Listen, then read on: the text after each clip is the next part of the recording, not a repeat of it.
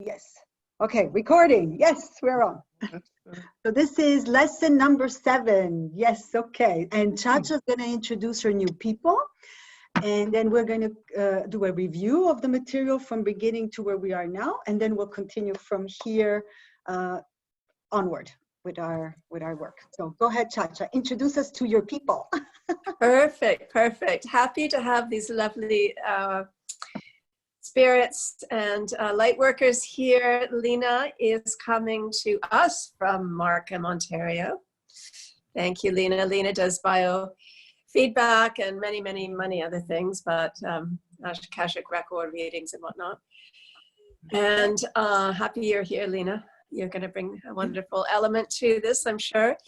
And Sarah Wilson, she is coming to us from Duncan, BC. Oh, and Sarah is a long-time friend of mine.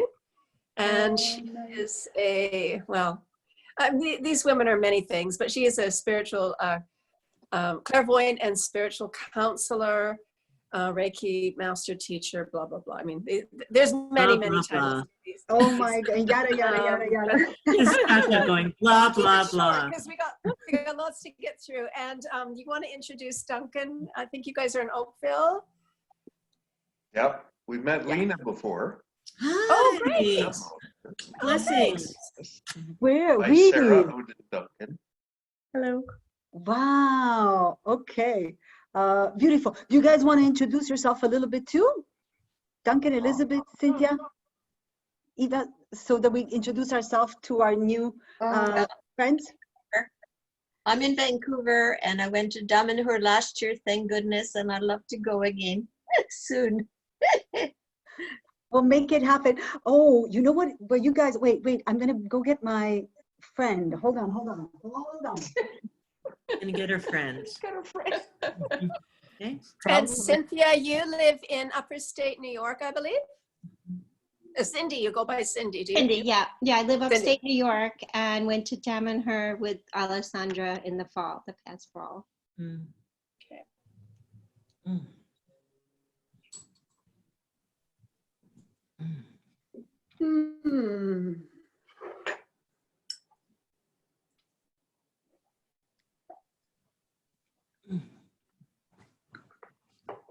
So ChaCha, how do you know Lena and Sarah? Oh my goodness. Sarah and I go back a long way. She did a reading for me a long time ago. And we've just been friends ever since. And Lena, I met Lena to do a biofeedback. I think that's how we met. Biofeedback, Akashic record reading, connected with spirit guides, all that stuff. All that blah. Afternoon tea, Yeah. And Cindy, did you have a chance to share about yourself a little bit? Yeah, you did. Okay, fantastic. So this is our little friend. It's our spirit self. She's a Damanhurian technology. She's made in Damanhur, but she's a technology that the Damanhurians have brought back from way back. And so she activates the space in a different way with a different energy. And so here she is. She's going to join us. Are they all she's? Sorry? Are all spirit selves she's? No. I just Eva, I think they're non-denominational. I think they come from another space and time, and I don't think that they have the same configuration as we do. That's why Polarized. We are so polarized, male, female. They're theys. That's the word. There. So, ladies, I just want to share with you. We've been welcome, Sarah. ChaCha, thank you for sharing this with others. We've been together now for about 6. The people here came on the trip to Damanhur with me, and then when we came back, we wanted more. And this is a course we took there, and the information that we got in Damanhur was we touched on these topics and everybody wanted to go a little deeper. So this was an opportunity for the group to stay together and connected from the experience we had, and also to deepen our study of the information we touched on. Now, I want to just say this because you three ladies are coming from, like all of us here, are coming from many different teachings. And this is just an offering of another door that we can go through. And I want to say this because I think it's important, because it's nice to have these discussions, but it's really important we have these discussions with a lot of our attention and our focus, because all of us that are on this call are about learning and growing personally in our own personal development, and also being of service to others. And that's great. I mean, that's what we're here about. And the information that we explore, no matter what teachings we follow, when the information starts to expand the way that we look at the world around us, then we are creating the foundation, the construct for when we do reach a higher level of aha moments or understanding, that information can sit on. Because the world is not just 5 senses or 3-dimensional. We are living in a very multi-dimensional world. And because we're not taught that and we're not shown that, you know, when we do get these insights, we don't have any place to hold it. So this book and the teachings we got from this door that we opened helped us and made us realize, wow, I want to deepen this, because if I want to explore what we call magic or what we call the mysteries, you know, we can get really lost out there. But this is just one construction of information that you can feel solid as you build. Because I want to show you this picture. Are you all familiar with Alex Gray? Yeah.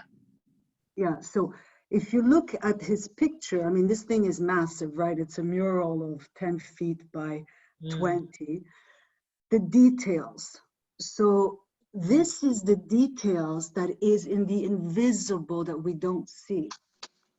And if we want to grow spiritually, we also need to create the ideas and the visualizations of these constructs, so that when we get to an experience, we have a space to hold it. So that's why, I mean, whether you believe in this philosophy or not, to exercise your mind, to think about things that we don't see every day, is helping you to create things like this, when one day you might be able to see them, because you're having these ideas and you're discussing these thoughts. So we're not just doing this because we want to waste time and philosophize. That's fun too, but I think we're all doing it to sort of say, let me hold on to something that really is a foundation that I can build on, and my end goal is I'm gonna see the world differently, and it's gonna open me. So I wanted just to put that out there, because you're all coming from different schools. So this is one more information to help you create that web that then you can continuously build, so that one day you do wake up and you see the world. You don't have to do LSD, you just see the world like this. That's the objective. So now I'm going to take you to a magical place that I was able to take these beautiful people with me to, that I discovered 7 years ago. And the best way I can describe it is it's a mix of Hogwarts and Star Wars. So that's my, I don't know if Elizabeth, Cindy, or Eva would agree with me, but that's how I define it. So before we start with the information in the book, let me tell you about Falco, the founder. Have you, first let me ask you, have you guys heard about Sarah or Lena? Have you heard about him before? No, brand new. Brand new, okay. Not at all.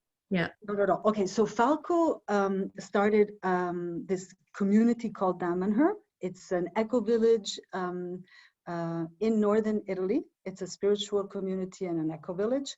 They've been around around for 40 years. And for 20 years before that, he was teaching and he was bringing his knowledge to the world. And it's important to give you a little bit of insight of who he is. So he is somebody the story, I didn't get a chance to meet him. I got a chance to hear him, but basically he comes from 600 years in the future, and he reincarnated at this moment in time to do an operation, many operations, but one of them, because where he came from, the time had stopped. So, and we're going to talk about that today because we are on the chapter of time, and we're going to explain how time stops, what happens when time stops. So he did this reincarnation in this case. He's a time traveler, if you want, but he basically reincarnated 600, now to do an intervention on the plane of time, so that and when he did this reincarnation, he incarnated with full memory, and also full memory of where he came from. So he doesn't necessarily come from the planet Earth. He comes from somewhere in the universe, but 600 years out. So a lot of information, a lot of evolution, a lot of probably information we lost here. So anyways, he came back, and that's what this information in the book is. That's where it's coming from. So this is his information, so that at least you get a framework of where it's coming from. It is the foundation of this spiritual community that's been going on for 40 years. And that they have many schools, programs that they do, not only about building conscious community, but also esoteric teachings. So it's all based on the information he brought back when he incarnated here. And the story of creation, according to him, is a little different than what you heard in other places. There's similarities. So I'm going to give you 10 minutes of the story, and then you get caught up with the concepts. So the story goes like this. There is the real, which is the absolute, and in this real, there are 9 primordial divinities. We are one of these primordial divinities. We're called the human primordial divinity. So there's 9 of these energies floating around. And there's also other elements. One of these other elements are these 8 energies that float around in the real. So there's this absolute beautiful place way beyond anything we can imagine. And the real is there. It holds these 9 primordial divinities, and it holds these 8 big energies, these laws, if you want. And at some point, these laws collide. And the story goes that when these laws collide, they create this incredible force and energy, and an opening happens. And this opening is an opportunity to have something new be experienced. And so these primordial divinities decide, okay, let's go and enter the plane of matter, because they don't come from matter. They come from a completely different experience. So that's your story of creation, according to these teachings he brought. But so the framework is this. So these 9 primordial divinities, so they say, okay, we can go have this experience in the world of matter. Matter is not there, right? There's just a nothing. But we're going to have some rules of engagement, because you can imagine these forces are very highly evolved, and they're going to put in place some rules of engagement to have this experience. And the rules are, one primordial divinity gets to come in the plane, to come in matter and have an experience. So one at a time, they have a set amount of time to do it in. If they succeed, they spiritualize the matter, and what is above becomes below. So everything is here like it is in the real. If they don't succeed, they go bye-bye, and the next one comes. So simply put, those are the rules of the game. So that's your new story of creation, one part. So great, no problem. So we are the 4th. There's 9 primordial divinities. We are the 4th. 3 have come and failed. The dinosaurs were one of them, probably the other 2. And we don't know what these primordial divinities are. We just know ourselves. And we know the dinosaurs. I think by now maybe they've done research to identify them. probably very different species than what we are. But the three before us failed and went back, and now we are here. We've been at it for 30 million years, and we're getting close to the end. The timeline is coming up. So that's, is that okay with everybody? Everybody give me a thumbs up. Are you following me? Duncan? Yeah. Okay. You're not too bored, you guys? You okay? Awesome. Bored. Okay. Good. Okay. Now, so that's the game. So at least you know what the game is. Okay. Now, so you've got the primordial, so the human primordial divinity, it's here. We've got 30 million years. We're at it for 30 million years. We're running out of time. And now let's explain how the human primordial divinity comes into the world, enters matter. So you have to imagine that these energies, these primordial energies are huge. They're really big. So to enter this plane, it can't enter fully because it's too big. So it shatters. And this is where they use, in describing this beginning origin, they use the myth of the mirror.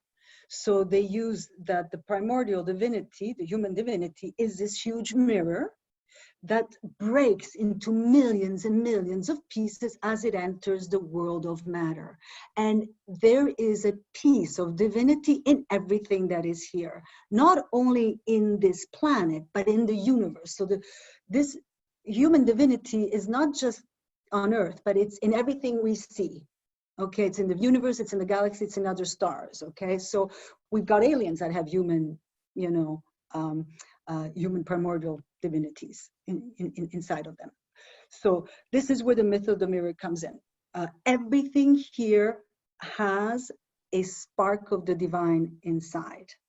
Okay, so that's the myth of the mirror.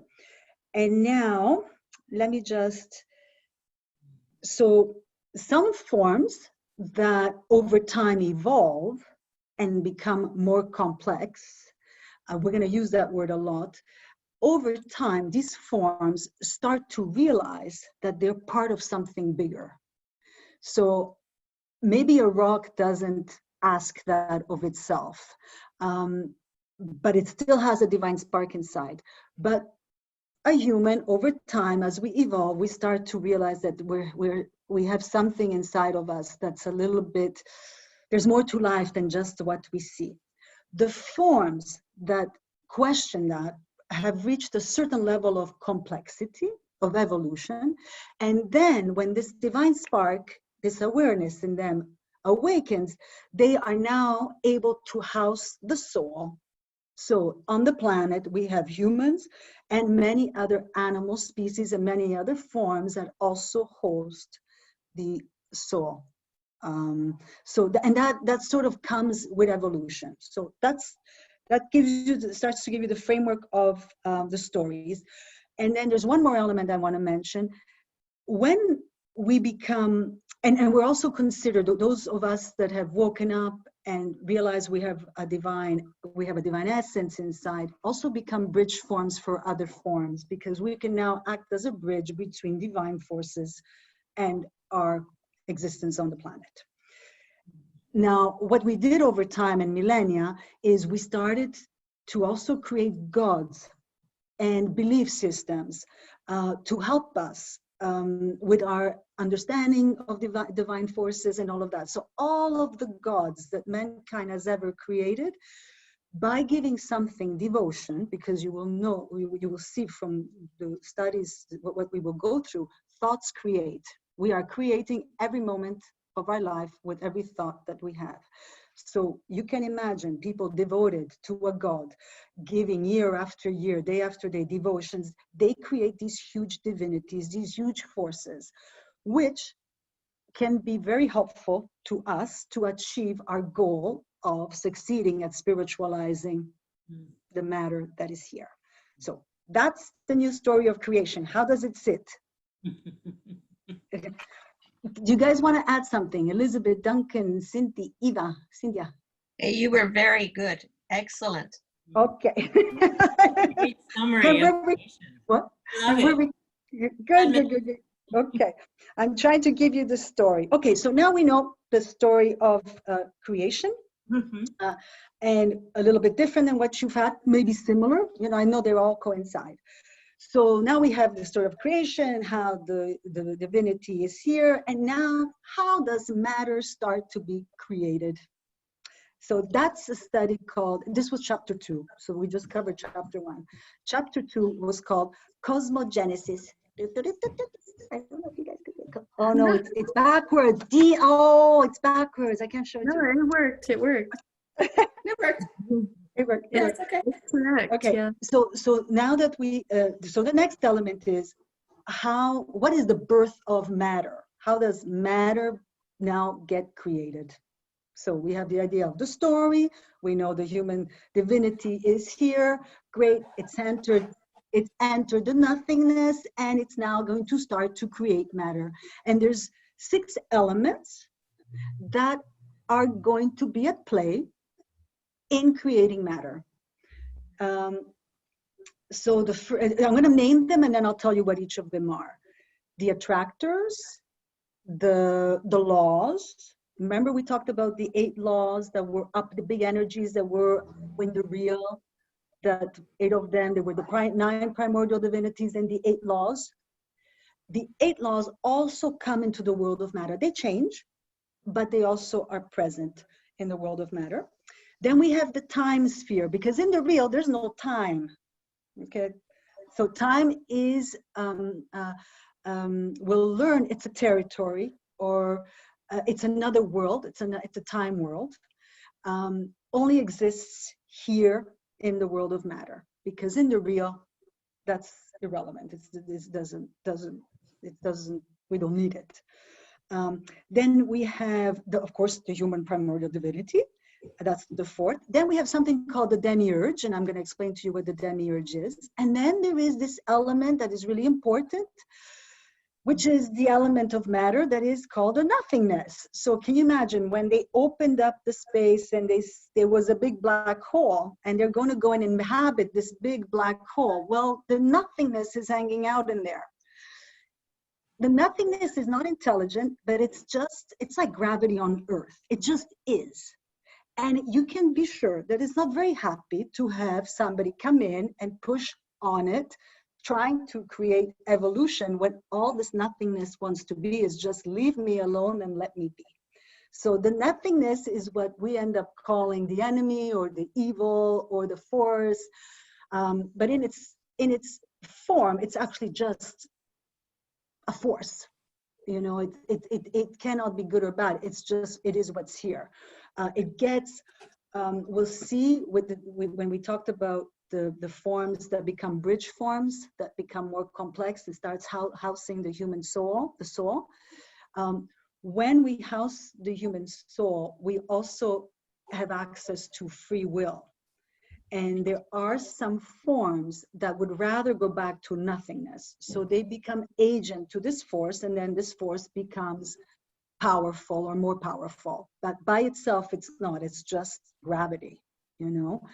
So that's why the nothingness is also an element that we need to consider, because it's part of the form, and it's what caused the other 3 primordial divinities not to succeed, because it opposes evolution, okay? So just to put that on. So we have these 6 elements that are present and important in creating the world of matter. Okay, the first one was the attractors. What's the attractors? So the real that's out of the material world, and I'll give you a little picture so you can see it. Okay, the real is out here. So it's in the absolute, it's hanging out in heaven. And then you see the pink line, and inside that pink line, you have the threshold and matter. So the real part of the real can't enter into matter at all. That's part of the rules of engagement. But it can come through these emissaries called the attractors.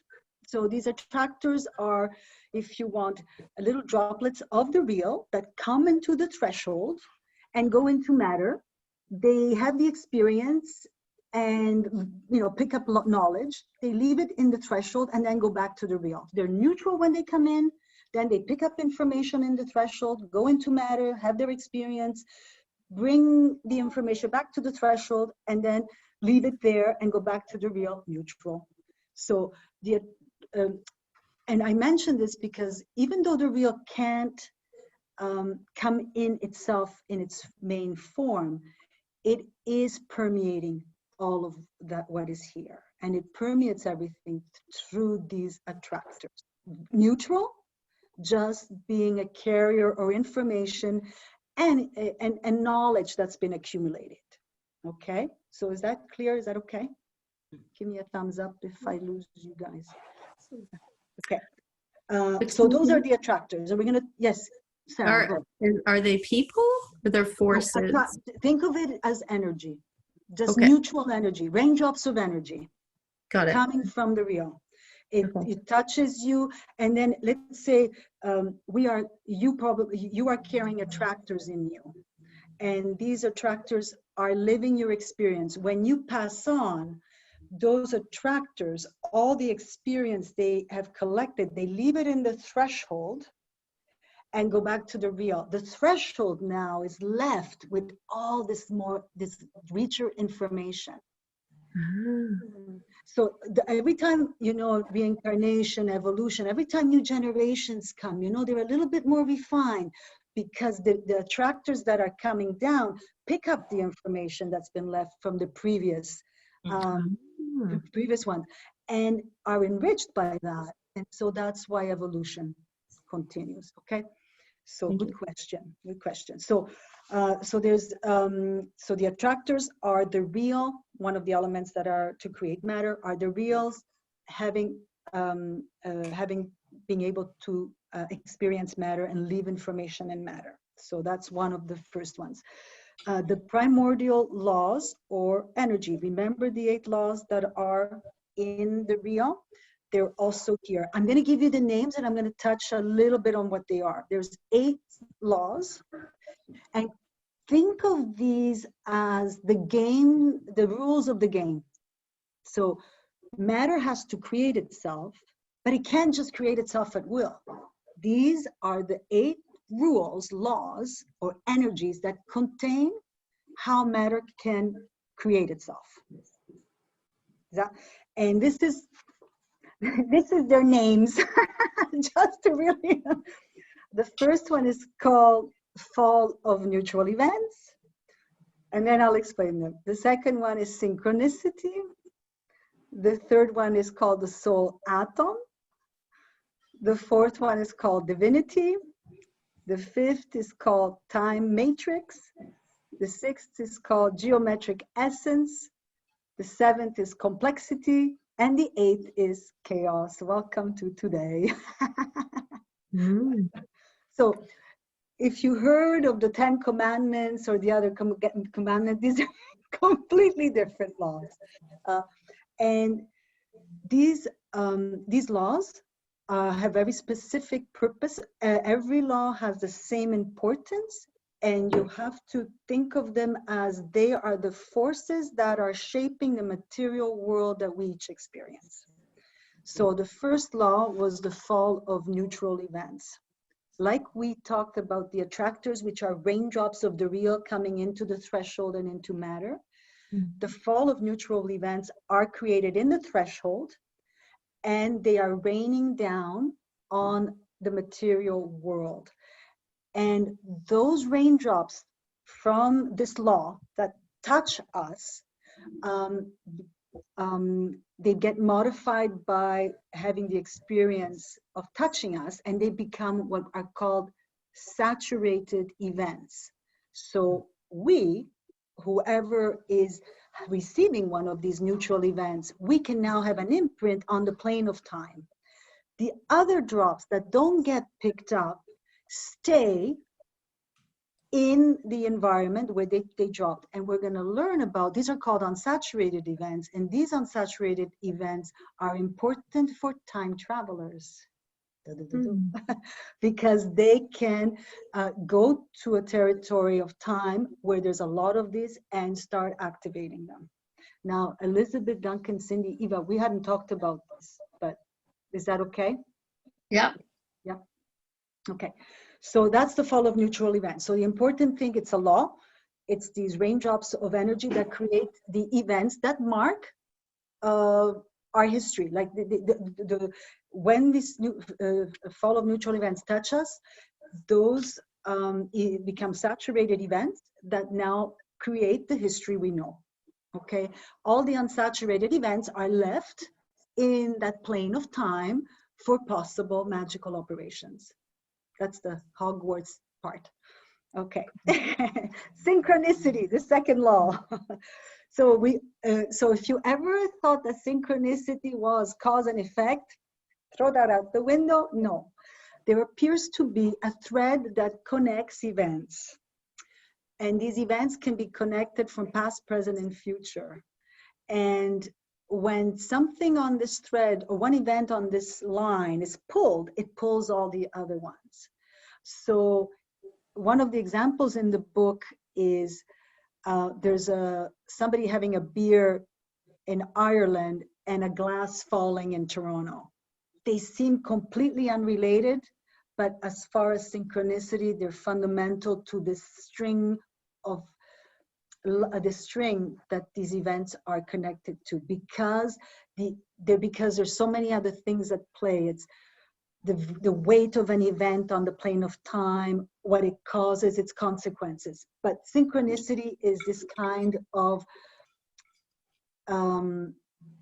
looking at things that happen in a different kind of way, not to cause and effect, but more that they are on a time continuum. Okay, so just let it digest in there. We'll clarify it as we go. And then the next law is the soul atom. So this is really fascinating to think about. So every second at zero time, there is one atom that is touching all of us and everything here, every zero that's traveling faster than the speed of light to be able to touch all of us. And this soul atom doesn't create the whole shape of Alessandra or the whole shape of Sarah or Eva. It just does an outline, okay? But it's just important for you to know, because when you think of how important it is, how you feel about what you're living, you are imprinting the soul atom that is touching everybody, okay? So that's just a law, just to know. And it's very specific, but soul atom. Then there is divinity, the law of divinity, which makes it possible for the divine human divinity to be here in the world of matter. So it's just the law that helps to contain that force here. Then we have the time matrix, and the time matrix is interesting because, and this is going to be more relevant today when we talk about time, because it's about complexity.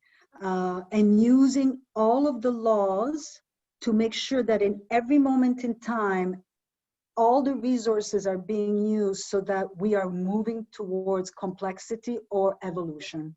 So the time matrix is a law that makes sure that it manages all of this to make sure that we are constantly moving to a higher level of evolution.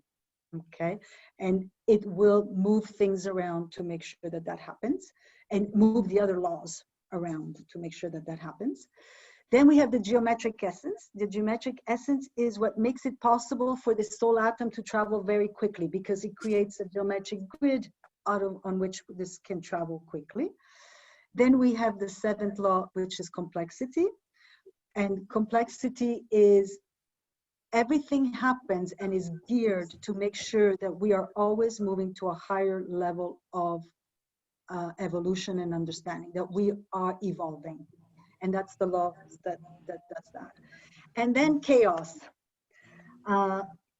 Chaos is before complexity. Sometimes in the chaos, I don't know if you ever clean your house and before it looks great, like you have everything out, you know, chaos is exactly that law where you don't know what's happening. Like I would say right now is a big chaos, which is once it's all still, will lead to a greater level of complexity. So that's the other law. So we've got these 8 forces that are playing on the plane of time to create matter.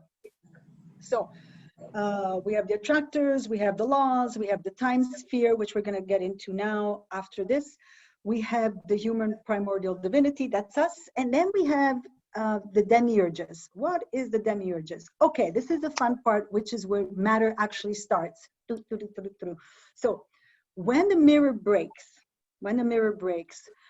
into all these pieces, there is a dimension called the dimension of ideas that is created. Okay, they're all virtual. Everything is virtual in this dimension, and everything is possible. And what happens is this little demiurge, which adds a coded number to this idea, it takes it from this virtual place, carries one of these ideas out into matter, whatever is at present at that time, and it gets perceived by all these different forms. In this virtual idea being carried on the backs of these demiurges and traveling through the world and being perceived by, at the beginning, not so evolved forms, but eventually more and more evolved. As it gets perceived, this perception give it what it needs so that when it returns into the world of ideas, it's not just a virtual idea, but it starts to concretize into an archetype, into something. And the important thing here is, if there is not enough forms perceiving it, as the demiurge travels in the world, if there's not enough diversity in forms to perceive it, it cannot form. So diversity is fundamental to the universe, to the existence of the forms in the universe. That's why maintaining diversity, not only among people, but of forms, plants, everything is key, because it feeds the things that we are able to see in the universe. Otherwise, we have less and less forms that we are able to create. Okay, so that's the demiurge. And then we spoke about the nothingness. So now you have the 6 elements of the material world. And then we go to the laws, and then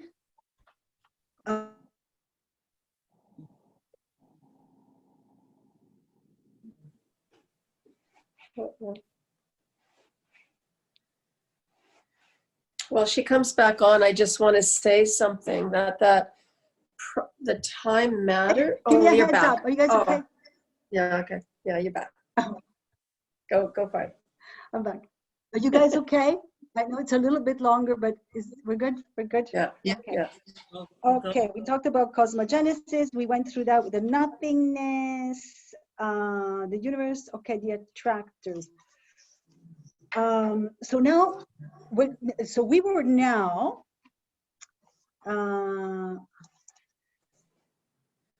we were in the chapter we talked about now. So you guys are really caught up. More or less, this is where we've been, right? I mean, I've simplified it a lot, but now we are going to elaborate on the attractors. Remember, we talked about the attractors that are the real coming into the world of matter. Well, there's 4 different kinds of attractors, and I think that's where we were. Are you guys with me? Elizabeth, Duncan? Yeah. So we have our little notes. I'm going to go through them, and then we will, our question and answer. So there's 4 attractors. And then, how do you guys want to do it? Do we want to answer the questions together, and then you guys, or should I just read them? How would you like to do this? So these are the 4 attractors that come from the real. Okay. Hey, Alessandra? Yes. Yeah, we've been through the attractors last time and the time before. So maybe if we just do the Q&As, because it explains each of the attractors in there, right? Beautiful. Okay. Yeah. So let's do that. That might just streamline things a bit. Okay. So we have these guys, right? So I'll call them out. So we have little Q&As of the stuff we reviewed from last time. So there's 4 attractors. We're going to review them. And as we review them, you guys will see what the information is. Are you all with me? Yeah. Eva, you're good? I can't Yeah. see you. Yeah, good. Yeah, Cindy? awesome. Cindy, you're good? Yeah, yeah. Okay. So there are these 5 questions, and we're going to have to figure out the word that goes beside it. So I'll read them out loud. So question mark. So out of the 5 micro attractors, macro, the attractors' jobs, attractors, micro attractors, which one belongs in this statement? Okay, all attractors are the same when they start in the reel. Then they move through the threshold, gathering information and bringing it to matter, and then back again into the threshold where they leave the information gathered before returning to the reel. They are creating complexity so that this complexity can eventually move to the reel. So what is, it's the attractor's job, guys. Thanks. Did you get it or no? Well, they're not looking at me. Hello? What's the question? What is the attractor's job? The question is, like fill in the blanks.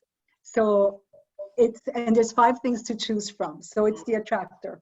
Oh, Okay, so it's the attractor's job. Okay, now this one is what attractors manages information relating to the divine forms? Macro. Macro attractors, yes.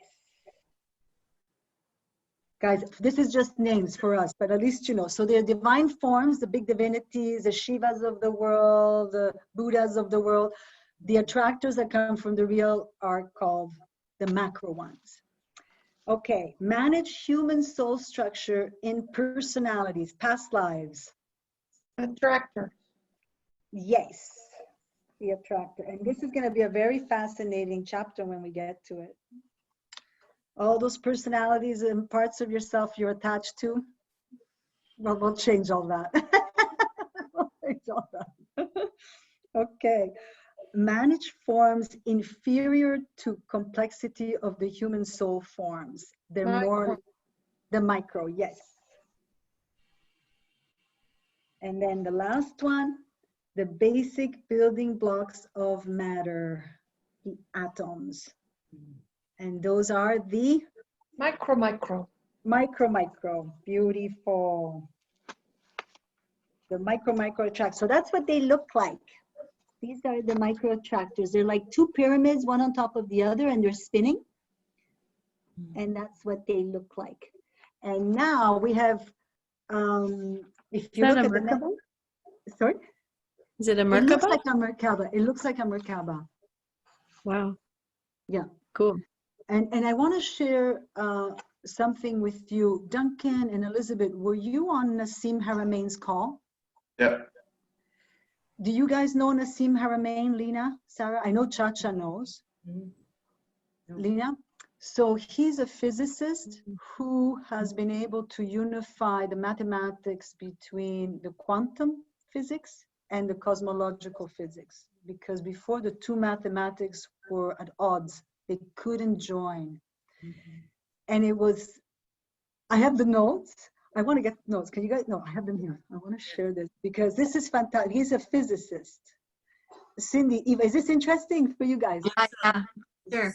I wasn't able to get on it for some reason.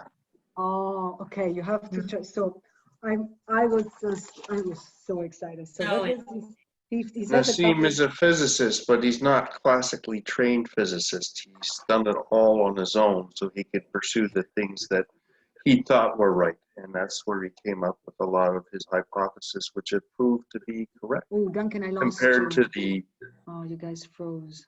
Duncan, can you say that? Oh, No, you look good to me, Duncan.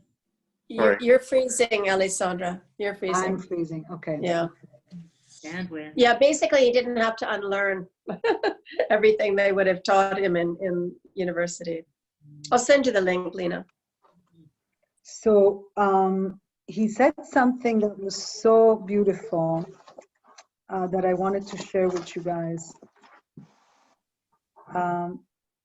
So one of the questions, many questions, so like what you were saying, Duncan, he came at it from a different point of view, because when he went to study physics, the models they had created were based on the fact that the world was two-dimensional, but he didn't perceive the world as two-dimensional. And he goes, you have to take the mathematics outside that boundary in order to be able to go beyond with your physics. Otherwise, you're going to be limited. And what he, and one of the questions that was asked, you know, what was your biggest contribution? And it was the fact of patterns, geometric shapes. And so, you know, we're listening to this with Duncan, and we're doing the spiritual physics, and here at the base of matter is the geometric shape. And that was fundamental for him to be able to use a geometric shape to bring these two mathematics together. And the other thing that was missing in the physics model was the feedback loop. So what we talked about, the demiurge, the fact that in the standard model of physics, there's no feedback loop.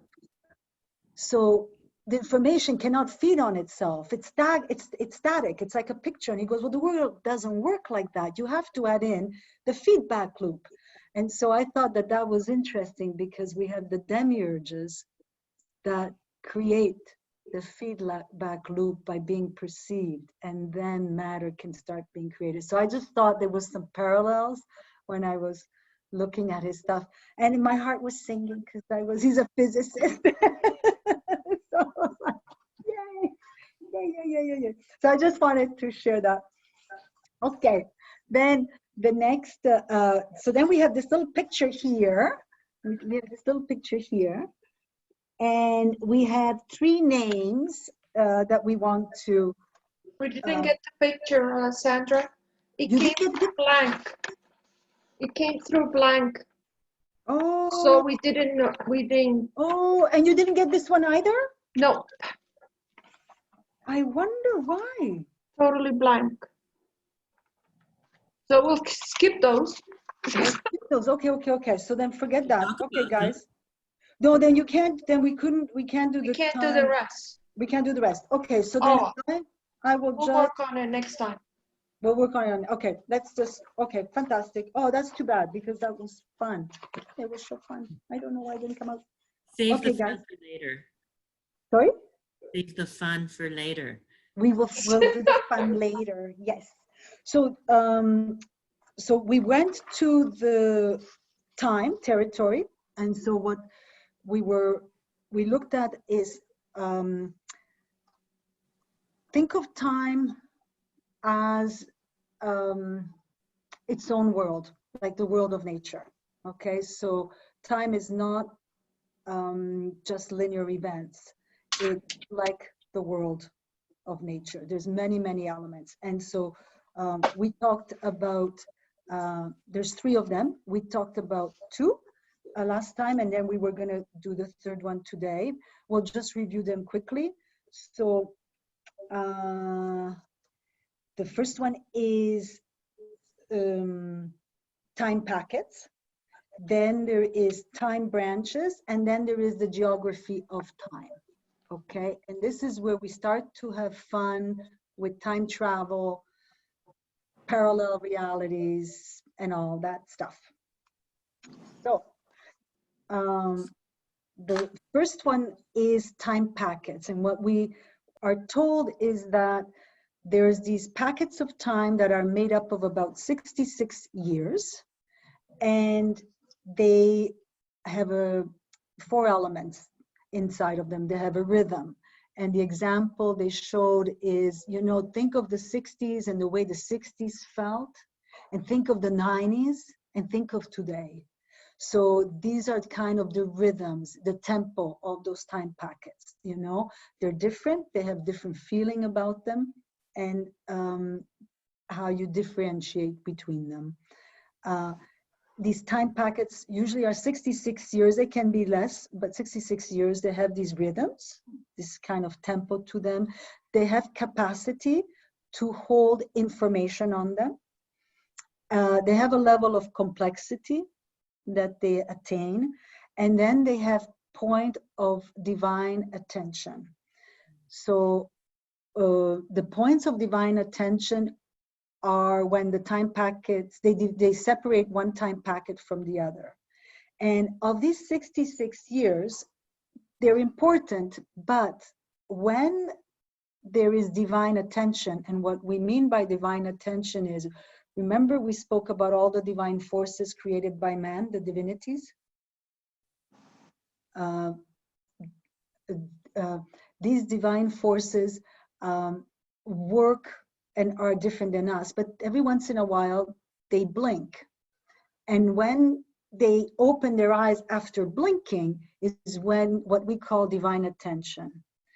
And you can imagine that when their eyes are open in these moments between these time packets, what happens during those time becomes much more potent, because being divine forces, they have a greater impact on the plane of time. So events that happen during that time frame are much more potent. And two events that they talk about that the Damanurians did was, the first one was in 1967, where they split the planes of time. And we'll talk about that next because it can be relevant. And the second one was, that was in 1967. And then the second one was in 1997 to 2001, when they freed the synchronic lines. And we'll talk about the synchronic lines as well. So if you want to do magical operations, you want to do it in these moments of divine attention, because it's much more potent. And what imprints during those times on the plane, on the fabric of time, becomes much harder to undo. They become impossible to undo, while things in the time packet can be manipulated. So this is information helpful for people that are working on, doing operations on the plane of time. Okay. When is the next link? When is the next It's link? a good question. So if we look, let's do it mathematically. So the first one was 1967, and then 1994. Eva, I have a feeling that they have things that they can do to open the eyes of the divinities, because if the time packets are supposed to be 66 years, from the first one they mentioned in 19...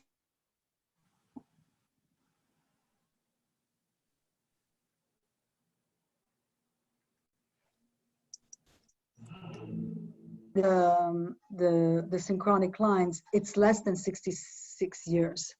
So I have a feeling that there's technologies that allow them, when they want to do important operations, to awaken the sleeping, or to open the eyes of the divine. And by them is the Demahurians, or are there others that can do it too? I have a feeling that there's others. I think Damanhur is definitely what I know, but I think, remember when we were in Turin, they talked about, Turin is a very interesting city, and it is the forces of the light and the forces of the darkness. Yeah. There's these triangles, and I think the forces of the light go from Turin to Prague and Lyon. And Lyon. And that's the dark part. That's the light, right? The light, and the dark is Turin, San Francisco, and London. In London, yeah.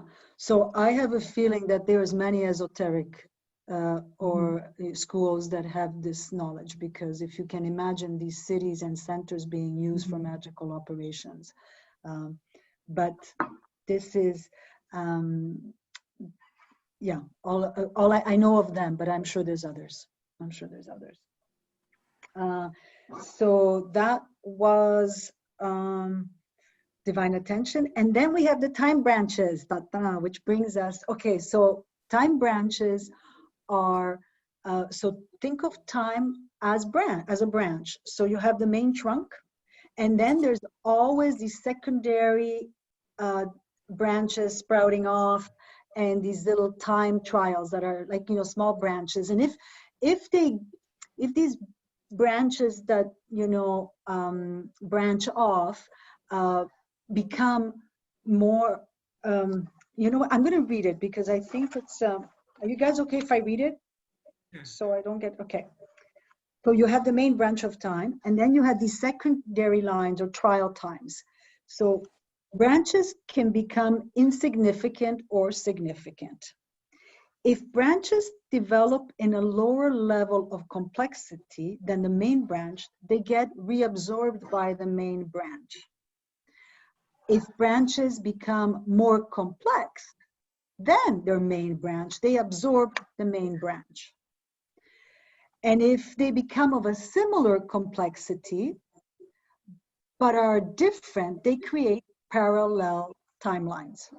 Okay, so that's where you get your parallel timelines. And that's all great, like it's all part of complexity, all that works. So there are worlds that are parallel to ours.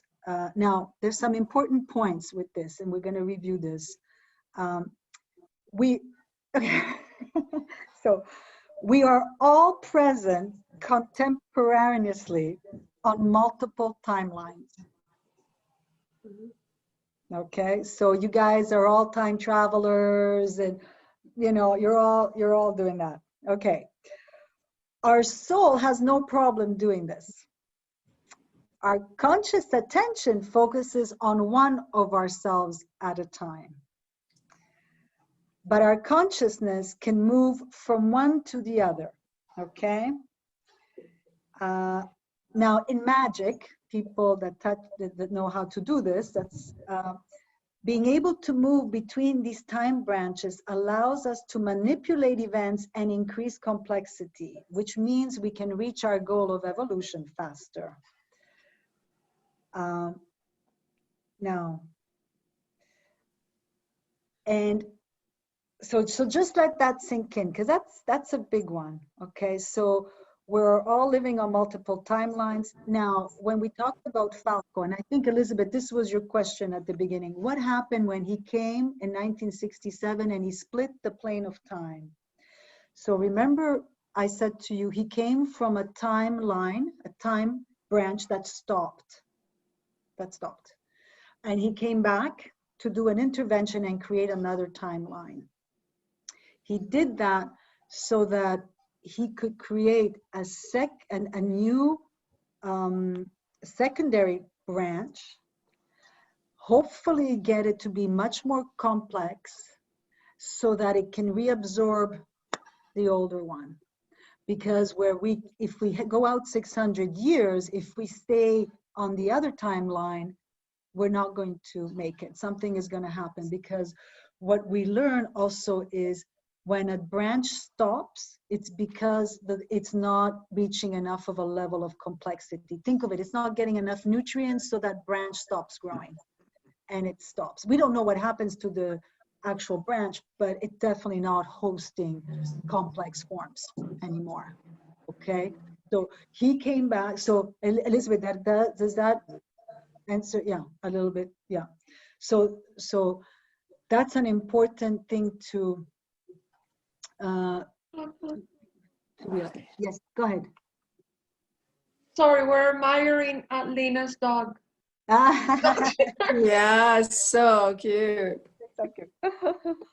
He's helping this timeline. So, okay, keep going. I've got some questions coming up. Okay. Keep going. This is the distraction. This is Ruby, but she's from upstairs. Yeah. Oh, okay. Being an interdimensional. Okay, so this timeline that that got created is a new one, and it is important to make sure that it remains very separate from the other one, doesn't get reabsorbed, because the other one didn't do so well. So this is important, what that we continue to build this new timeline. And Dam and Her is not on the old timeline. So Dam and Her is important for me to bring awareness to people for Dam and Her because it's on this new timeline, which is the one. Yes. So can I ask you right now, so you just said that if this branch, so I believe we're on a different timeline now, and you're saying that if we don't absorb the other one, Two things. it won't stay growing. It won't keep growing. No, if the complexity of the new timeline we've created becomes greater and greater, it becomes its own timeline. That's what we want. That's what we want. So what is greater or greater? Because let's say the energy of it, for example, because like 10% of light workers is greater than 90% of dark. So my understanding, to compare. Yeah, my understanding is we're in the shadow of this timeline. So when we see events like Chernobyl, when we see events like Fukushima, that is us being in the shadow of great destructions that happen on the other timeline, because we're still very close to it. We're just starting to split away. Okay. So this timeline had a certain level of complexity, which if we've been able to so far to stay out of away from it is because we have a greater level of complexity. So if we lower this level of evolution that we're on, we can get absorbed by the other one because it's more weight, it's older, it's more established. But as long as we keep our level of evolution, consciousness, growth at higher, we will keep moving away, and we don't risk being absorbed by the other one. And we know because of events that they consider shadow events that, you know, we're still close. We can get pulled down if things go just wrong, you know. So it's really important that all of us continue to do this work that we are doing, keep questioning, keep growing, keep evolving. Okay, so that's important. Hold on, I think my puppy is crying. Hold on. Puppy? No, she's okay. She's okay. Can I ask a question? Yes. Complexity. How do we achieve how do we support complexity on a timeline? By evolving, by every day, you know, complexity is evolution. It's information, being able to have discussions like this, you know, that expand your way of thinking, looking at beautiful art that gives you a different vision of the world than maybe you had before, seeing a beautiful landscape, you know, and feeling awe and love. Everything that helps you contribute something, I guess, positive, is going to create more and more complexity in the space. So complexity is more and more information in the same amount of space. More and more information. It becomes like a smaller chip and a smaller chip and a smaller chip. We talk about mass and energy being a lot of information and mass. So we want to go towards where we have very little mass and a lot of information. And anything you're doing to better yourself, anything you do consciously is going to increase complexity. And then you do things that can increase it tenfold, but everything you do builds on the other. And realize that there are these laws that are at play, that are constantly pushing you in the direction. Now, we have free will, and we can choose to go against our instincts, or we can choose to do something. But the forces that are on this board, on this game board with us, are always trying to bring us to evolution. Okay, so we really have to mess it up badly to get it wrong. Or I think last time we talked about being still and not being active and not doing and being lazy and not evolving. Sometimes we also need to be lazy. It's good to just rest, you know. But as long as you feel that you're not hurting anybody, you know, you're not holding somebody back from doing what they want to do, and you're just trying to, I mean, this is such a personal thing. I know that I'm contributing when I'm in my joy. I know I'm not contributing when I'm irritated. So I try to stay in my joy. And if I'm not in my joy, I try to change things so I can stay in my joy. Because I tell you right now, the most beautiful thing you can do is stay in your joy, you know. My daughters sent me, you know what they call, they're called gifts. This is the best. It was so cute. I was like, precious. Like, this is what we need to be doing right now to people. Because people are scared out there. Just rainbows of love. So that's and so that's Alessandra, can I just add something to it, which is, it made me understand complexity a little bit more. Think of a microchip in our phones. Remember, we used to have the big phones, big cell phones. Now they're getting smaller and smaller, but yet they're able to hold more and more information. So, so as the book says, to me, that I could see that. I could, you know, perceptualize that. Okay, that's what it means. So the smaller it is, it still has mass and tons of information. And that's what we're looking for, I guess, as we become more, you know, develop ourselves more. Well, yes, and Elizabeth, and to all of you, the fact that you're all here having these discussions, we are informing the space-time. We are informing the consciousness all around us, because it's full, guys. We can't see it, but it's like this. Like, it's like mega. It's full of stuff.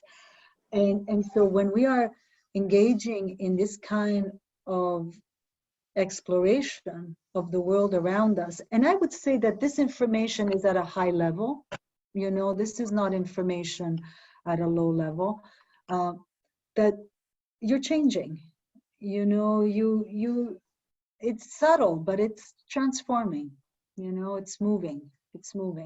And I invite all of you, if it ever stops, then it's time to do something else, you know. Like, as long as you feel you're growing and it's feeding you and it's allowing you to expand, then you follow that thread, you know. So that, to me, is what we can do to stay on this timeline, this new timeline, because we want to make it. Would be a good thing.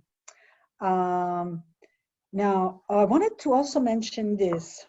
Oh, now the less complex forms, the ones that follow the more complex forms. So we have a responsibility to the environment around us, our pets, our dogs, our animals. Like, if we continuously, you know, evolve, then they get also to benefit. Otherwise, they, of course, you know, don't do so well either, because the more complex form direct the movement of time. And in every moment, we have 6 possible directions that we can go, 6 timelines we can choose at every moment. Once we choose one, then that collapses, and in that moment we've made a choice, and the timeline continues on that. So that takes care of the 2 elements of time, the packets, you know, these packets of time, the time branches, and now we're going to talk about the geography of time, because this is where the fun stuff with time travel and all that can come into place. Now, did you guys get that? Did you guys get the notes? Yeah. Okay. So this was the geography of time. Did we want to read anything in the book? Did you guys have any questions? Duncan, Cindy, Yep. Eva? Yep. Okay, Duncan. I had a question about, let me find it here. Page 90. Yeah, in page 90, they're talking about, hold on a sec. Yeah, it's saying, research done in this field has revealed that an action in time produces a response at various points within different time packets, both in front as well as behind the points of action. Now, I want to make sure I'm interpreting this right, saying both in front, does that mean the future, and behind means the past? How can an event that you're involved with change the past? I had a real rough time with that one. Or I just can't perceive, maybe I'm not understanding it properly. Okay, so so think of synchronicity not being cause and effect, but all these events are on a string. So the string can pass many time packets. So if all of a sudden you've pulled a string in one time packet, it's going to have an impact on the other one. Okay. Does that make sense? Mm-hmm. So with what's beautiful about this is, and I want to offer you this opportunity. So say today you become enlightened. Okay, today, boom, like you get it, you get there. You are going to impact your past and your future. You're not just going to be still in this moment. You're going to have an impact everywhere on that time continue, on that line of synchronicity. So think of your contribution when you attain enlightenment on the plane, on the fabric of time, how you impact the past, and time is all happening simultaneously. It's only, Nassim says it beautiful, we only have history or direction because there's frames of events that lay on top of each other. But there's no past, present, or future. It's just because this is a frame of event, this is a frame of event, this is a frame of event, and they collect. And so it creates this movement forward, but it's not really a movement, it's because you have these frame of events.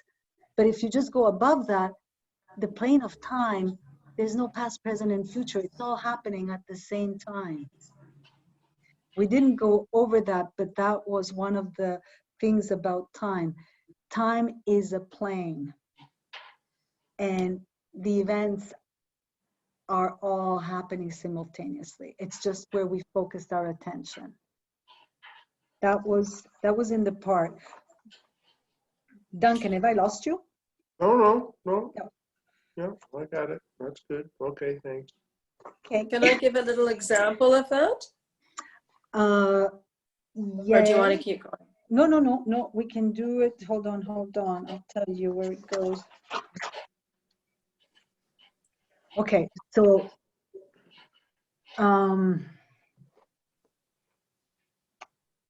so time, I'm just going to read this from the book. Time is the territory on which the laws manifest, and in order to exist, form need a plane upon which to stand, and time fulfills this function. Okay, so the material plane needs time in order to be able to position the forms around it. So the time sphere is a holder of forms and or events, and it places events in relationship with direction and interaction. But time is a territory. It can be crossed. Events are all in the state of eternal present.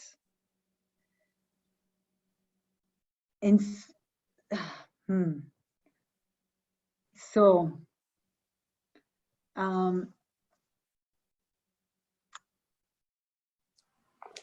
if you, can I give you an example? Let me think. Okay. So this is a bit so I remember entering a room once and feeling like I was in Egypt. And I was like, whoa, was I in Egypt? What happened? Did I, for that moment, let go of this timeline and entered into the field, and I could see maybe an experience I had in Egypt? So that's the best way that I can explain it in my own words.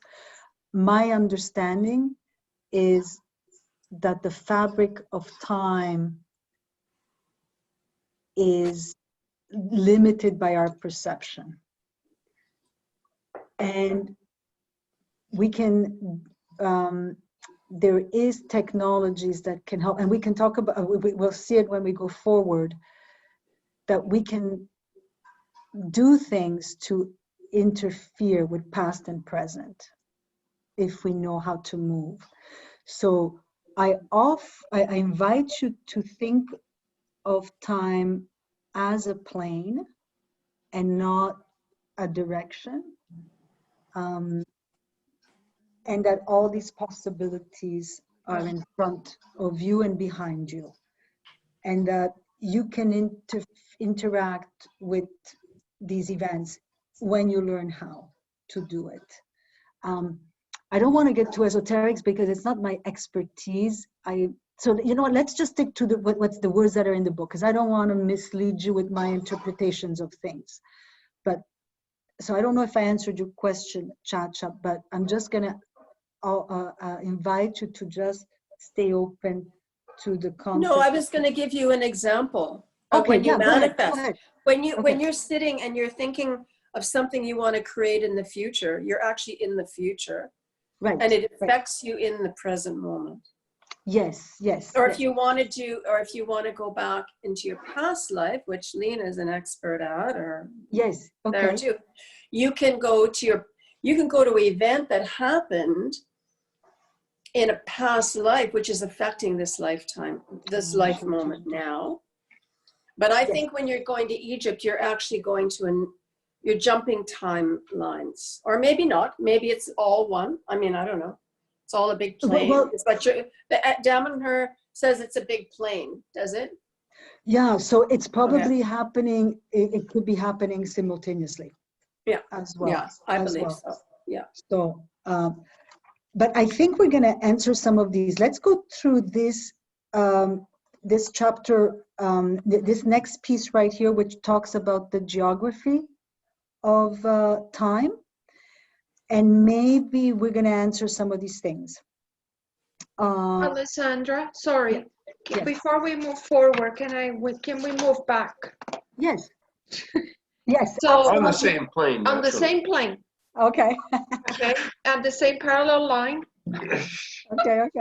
So at one point we read here that our soul is with us in our other parallel line, right? So I'm here, but I'm somewhere else. Six of me are somewhere else. Right? I don't know if it's 6, but okay, that's what I thought is 6 of them. Anyways. No. You could be 20. Oh God, no, please. Okay, let's keep it simple.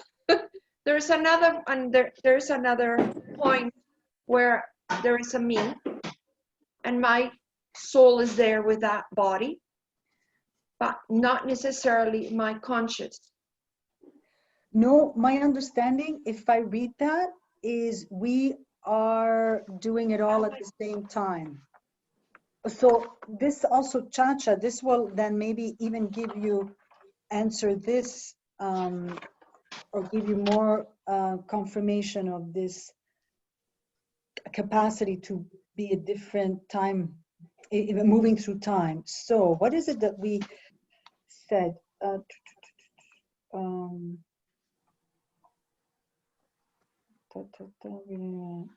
Okay, what is that? Okay, so we are all present contemporaneously on multiple timelines, right? Yeah. This is on page 78. Right. I'm just taking my notes from it. So we are all present contemporaneously on multiple timelines. Our soul has no problem doing this. Our conscious attention focuses on one of ourselves. So you might be having a conversation with 5 other people right now on 5 different places of time. But where's my conscious? Yeah, you're conscious too. You're conscious. Oh, okay.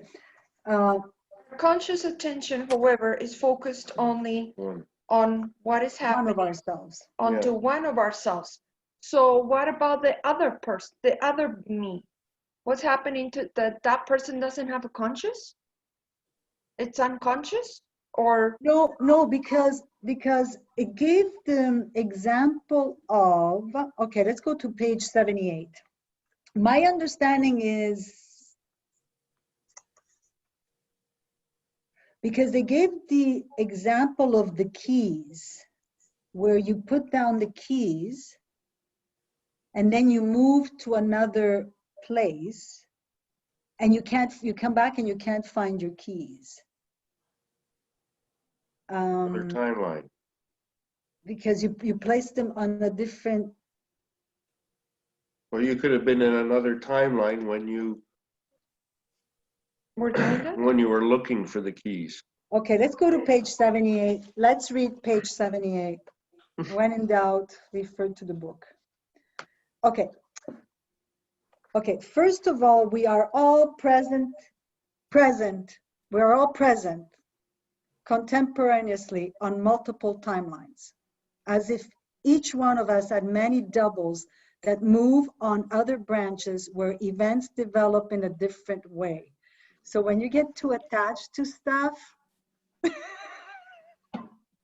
and you think you know what's going on, let that one go. No, first of all, we are all present contemporaries on multiple timelines, as if each one of us had many doubles that move on other branches where events develop. No, we're present. We're present. We're conscious. Yes. Yeah, but if you go down the next paragraph. It's our soul has no problem occupying multiple forms at the same time. Well, it makes sense. I take my body somewhere else, so is my soul, so is everything, the rest of Bella, me. you could be a different form. Oh, I thought it was the same form. No, our soul has no problem occupying multiple forms. Oh, right. I guess, yeah, I read it as forms. Okay. Our soul has no problem occupying multiple forms at the same time, as will be discussed further in the chapter devoted to the structure of the human soul. And this phenomenon is also perfectly in line with complexity, which works on producing evolution within forms in a variety of ways at the same time. Our conscious attention, however, is focused only on what is happening in one of ourselves at one of these lines. Okay, so you know what? Okay, so you want to think of, no, this is, I've got a puppy that wants to go out. Let me just get her out and then. So Lena. Excuses. Yeah, right? She went on another timeline. Okay, so Lena, from the Akashic record work I've done with another friend of mine, you see all those branches, don't you, in the Akashic field? When you go to do work, you could go over there and work on that, or you could go over there and work on that. You have to choose to where to work. You got to choose which branch to go. What you want to know in order to find, it's all in the questions. You have to ask the right. Yeah, right. But I just, when I read this again, something like boom, hit me. No, because this is, I want you guys to think about this, okay? So, Elizabeth, this was great.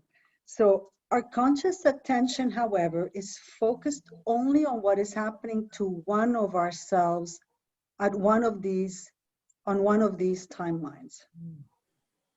So, our attention is only focused on one of ourselves,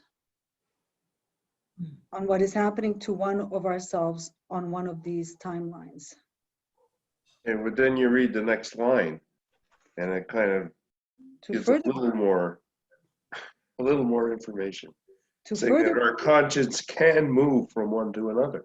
okay, so think of just these discussions that we are having. And I'm talking to you, and you guys are responding, and we're talking to each other.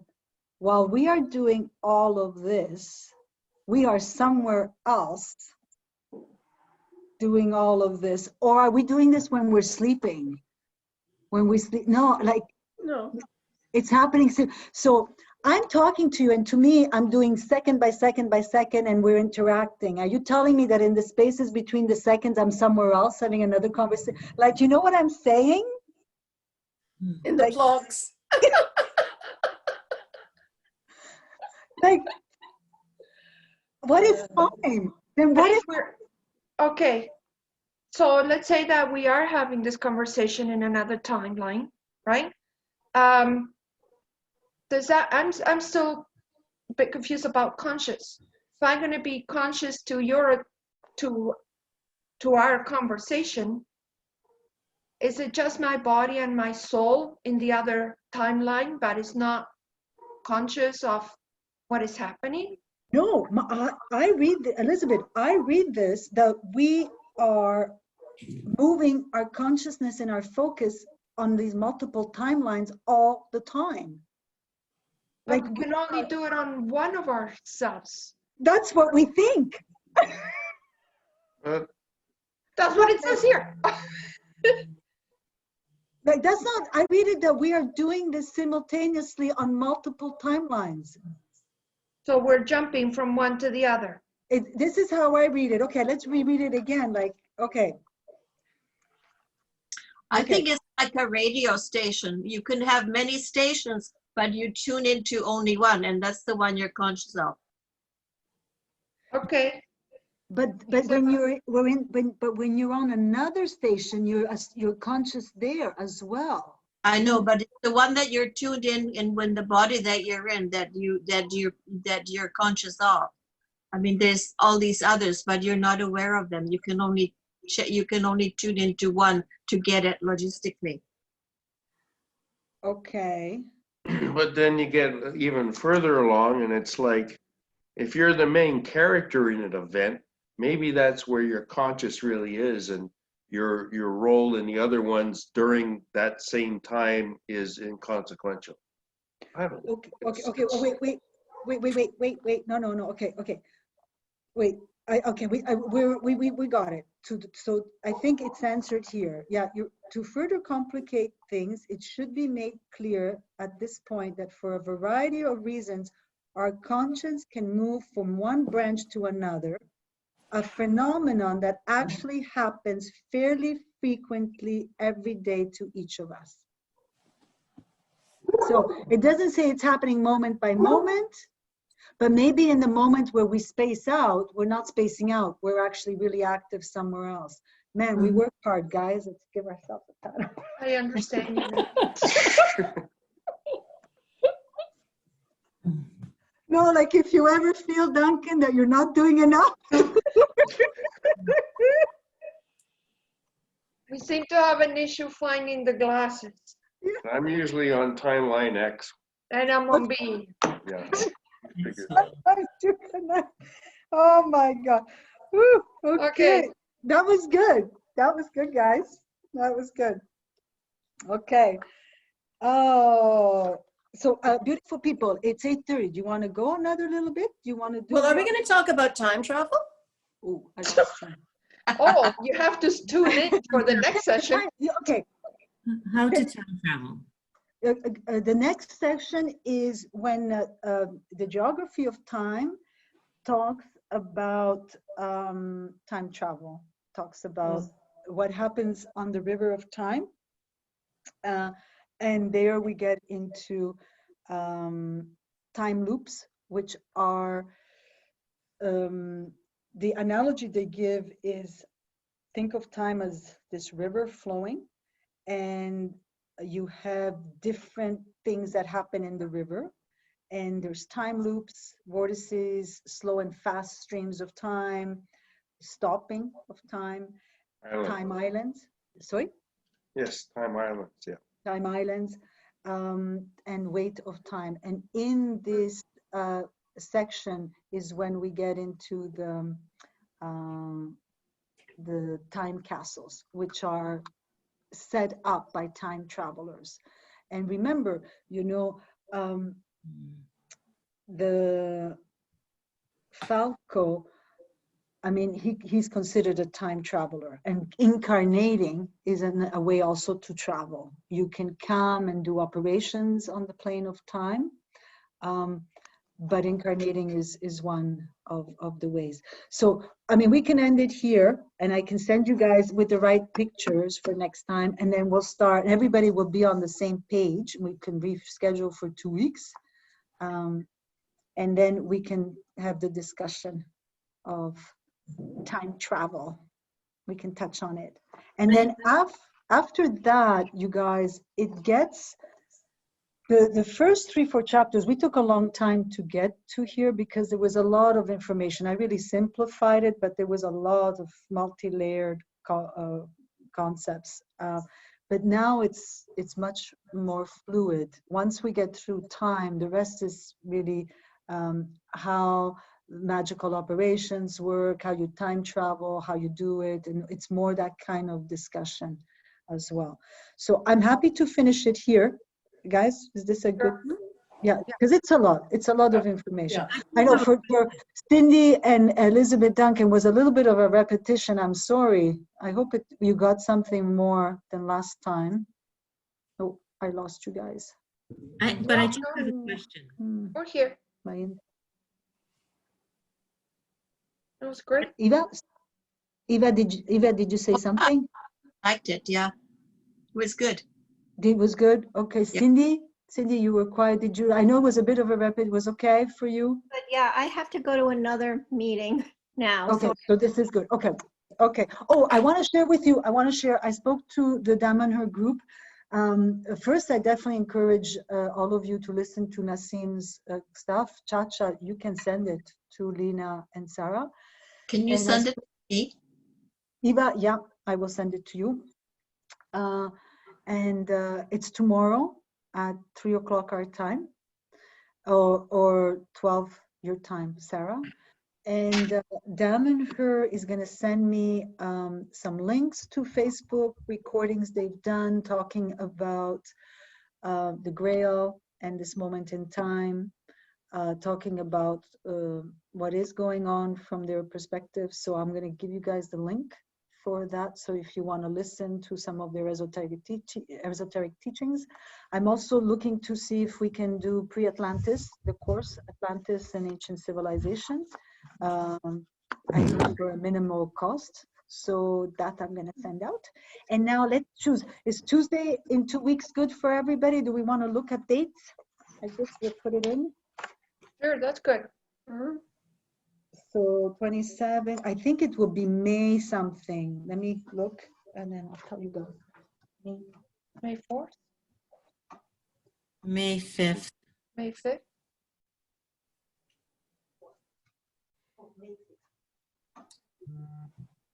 So it's May 5th. May 5th? Is that good? No. And we'll do 7. And I'll send out what I just sent out today. But I'll make sure I have the pictures so we can have some fun going through that. And then we'll start with the geography of time next time. And this will all have been recorded, so anybody who wants to join from now on can get the recording. Yes.